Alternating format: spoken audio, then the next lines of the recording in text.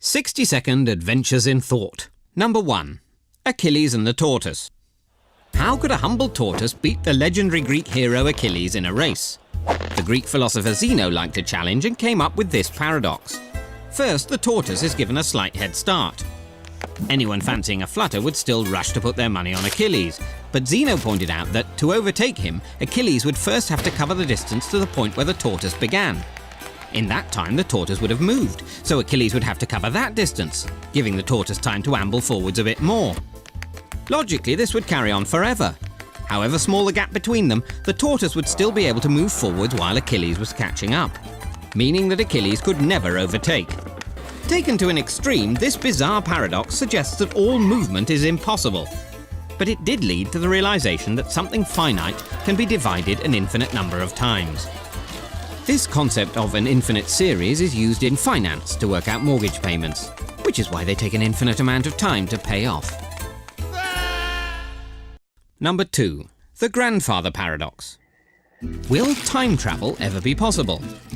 René Barjavel was a French journalist and science fiction writer who spent a lot of his time thinking about time travel.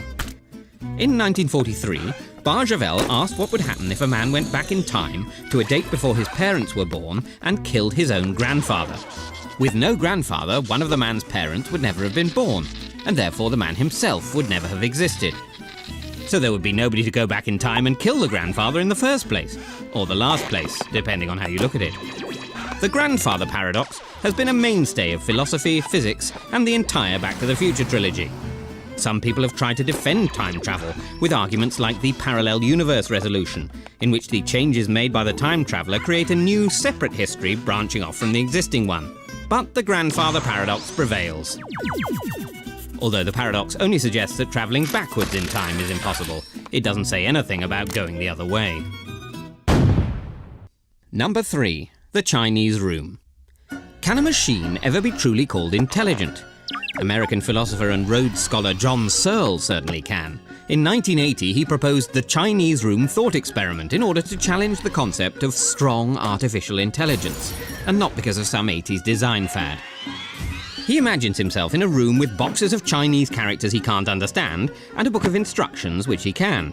If a Chinese speaker outside the room passes him messages under the door, Searle can follow instructions from the book to select an appropriate response. The person on the other side would think they're chatting with a Chinese speaker, just one who doesn't get out much. But really, it's a confused philosopher. Now, according to Alan Turing, the father of computer science, if a computer program can convince a human they're communicating with another human, then it could be said to think. The Chinese room suggests that however well you program a computer, it doesn't understand Chinese, it only simulates that knowledge, which isn't really intelligence. But then sometimes humans aren't that intelligent either. Number 4. Hilbert's Infinite Hotel. A grand hotel with an infinite number of rooms, and an infinite number of guests in those rooms. That was the idea of German mathematician David Hilbert, friend of Albert Einstein and enemy of chambermaids the world over. To challenge our ideas about infinity, he asked what happens if someone new comes along looking for a place to stay. Hilbert's answer is to make each guest shift along one room. The guest in room 1 moves to room 2 and so on. So the new guest would have a space in room 1, and the guest book would have an infinite number of complaints. But what about when a coach containing an infinite number of new guests pulls up? Surely he can't accommodate all of them. Hilbert frees up an infinite number of rooms by asking the guests to move to the room number which is double their current one, leaving the infinitely many odd numbers free. Easy for the guest in room 1, not so easy for the man in room 8,600,597. Hilbert's paradox has fascinated mathematicians, physicists and philosophers, even theologians. And they all agree you should get down early for breakfast. Number 5. The twin paradox.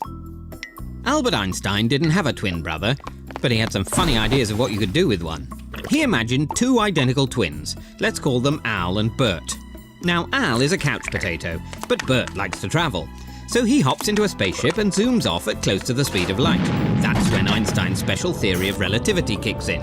It says that the faster you travel through space, the slower you move through time. So from Al's point of view, Bert's time would be moving slower than his own. To put it another way, time might fly when you're having fun, but when clocks fly, they run more slowly in relativity.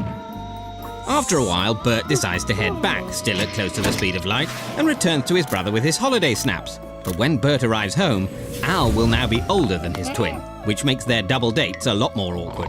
Although it seems implausible, Einstein just followed his theory to its logical conclusion, and it turns out he was right. This concept of time dilation provides the basis for our global positioning system, which is how your sat-nav knows you need to turn left in 200 yards. Number 6. Schrödinger's cat. Erwin Schrödinger was a physicist, a theoretical biologist, and probably more of a dog person. In the 1920s, scientists discovered quantum mechanics, which said that some particles are so tiny you can't even measure them without changing them. But the theory only worked if, before you measure them, the particle is in a superposition of every possible state all at the same time. To tackle that, Schrödinger imagined a cat in a box, with a radioactive particle and a Geiger counter attached to a vial of poison. If the particle decays, it triggers the Geiger counter, releases the poison, and bye-bye tiddles.